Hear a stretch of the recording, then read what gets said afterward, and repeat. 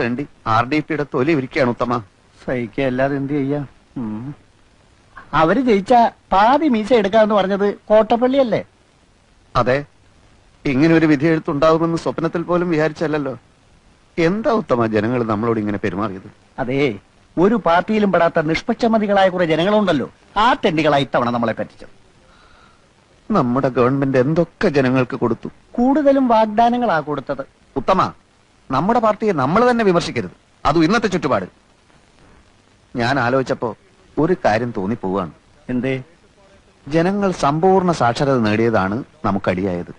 എങ്ങനെ? സാക്ഷരത നേടിയപ്പോ ജനങ്ങൾക്ക് വിവരം വന്നല്ലോ.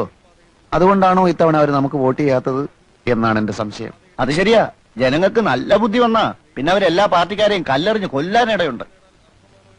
മറ്റു സംസ്ഥാനങ്ങളിലൊക്കെ എന്ത് സുഖ, സിനിമാ നടനോ നടിയോ ആരെ വേണമെങ്കിലും അവർ ജയിപ്പിക്കും.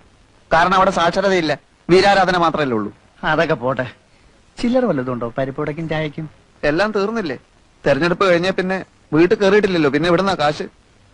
എന്റെ അനുജനുണ്ടല്ലോ, ആ അലവലാതി അവിടെ നിന്നോണ്ട് എന്നെ നോക്കി ചിരിക്കുക.